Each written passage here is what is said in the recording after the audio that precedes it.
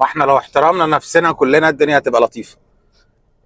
شركه المطور تحترم نفسها مع العميل، العميل يحترم نفسه مع شركه البروكر اللي بيتعامل معاها ومع المطور وفي دفعاته، البروكر يحترم او السيلز ايجنت يحترم شركه البروكر اللي هو شغال معاها. كل الناس هتاخد حقوقها، كل الناس هتاخد حقوقها. خلينا نقول اول حقوق ضايعه للعميل. نبدا بالراجل اللي احنا بنتعامل معاه ده. العميل له حقوق ان هو طول ما هو مش ماضي على او تي بي او استمارة حجز ومكتوب فيها ان الفلوس غير مسترده، يقدر يسترد فلوسه عادي جدا. ماشي، بتاخد وقت، نحترم ده، ما عندناش مشكله. وان كان ما بيبقاش لها معنى ان هي تتاخر عن شهر، يعني الفن سايكل يعني مش منطقي تاخد اكتر من شهر، بس ماشي ايا كان هتاخد ايه. بس احنا في الاخر ايه؟ في الاخر نحترم الوقت بتاعك او السايكل بتاعتك كمطور. لكن فكره بقى ان انت كمطور عشان ترجع لي فلوسي بعد ما اتعاقدت معاك ترجعها لي بعد 3 4 5 شهور، ده قله ادب. في بقى مطورين اصلا يقول لك ما فيش ريفاند من الاساس. ازاي يا عم؟ انت جبت القانون ده منين؟ فانت النهارده لو عميل ليك حق، عليك واجب ان انت تدفع الفلوس اللي عليك في ميعادها، وليك حق ان انت طول ما انت لسه في مرحله الاي او اي او الحجز العادي المبدئي تقدر تسترجع فلوسك، مفيش اي مشكله خالص. فكره بقى ان المطور يقول لك لا مالكش فلوس خالص، ده كلام تهريج واختراع جديد ومش موجود خالص في دائره الاراضي والاملاك، قوانين التعاملات العقاريه.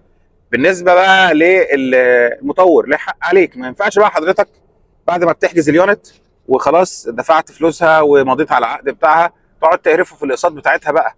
انت من الاول برضو انت وانت رايح تشتريها انت عارف مواعيد الاقساط، وعارف قدرك عامل ازاي وامكانياتك الماليه عامله ازاي.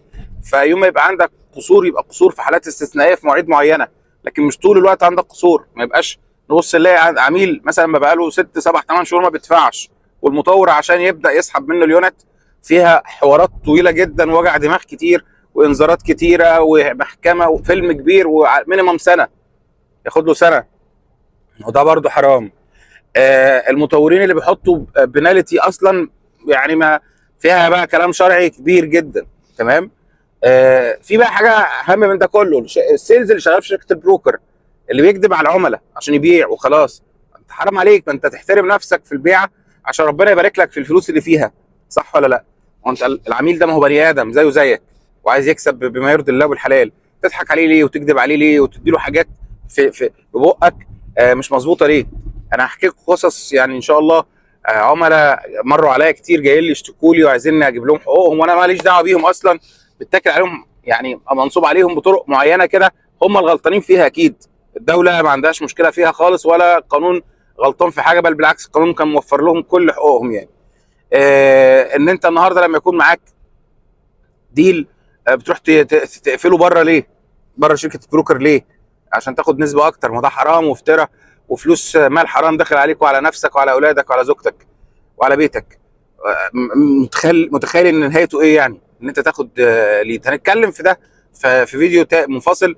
لما تشتغل مع شركه بروكر لك حق، لازم تشتغل بشكل رسمي الاول ويبقى في عقود بينك وبينهم ويكون عندك اقامتك وتتعامل بنظام رسمي وهم يدوك حقك. ده طبعا ده حقك عليهم وحقهم عليك. لما تيجي تمشي تبلغهم قبلها بشهر، وفي نوتس بيريود اللي احنا عارفينها شهر او شهرين على حسب ما احنا متفقين، لازم حضرتك تعمل تمشي بيها. ما بتجيش فجاه تفاجئهم كده تقول لهم ماشي السلام عليكم وتطلع وتاخد الليد اللي معاك وتبيعها بقى بره وتروح تقول للشركه الجديده اللي انت رايح لها ده الليد ده بتاعي وعايز اقفله. يعني ما لازم نتقي الله كلنا في نفسنا عشان ما نجيش نزعل. يعني الله عندي حالات برضه هبقى احكي لكم عليها حصلت معانا من موظفين. هو يجي بقى يفتري عليك وقت لما يكون قادر، ولو انت لك حق عليه يقول لك حرام عليك انت بتفتري علي. يا اخي حرام عليك يا جدع، ده انت لسه شاكي وقايل مثلا ده انا ليا وليا ولا انت مالكش.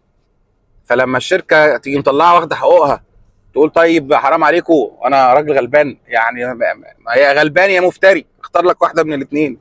يعني لازم تبقى المنظومه كلها متكامله عشان يبقى فيها بركه، والناس كلها كل واحد ياخد حقه وكل واحد يدي اللي عليه قبل ما يفكر اللي حقه. اشوفكم على خير في فيديو تاني، سلام.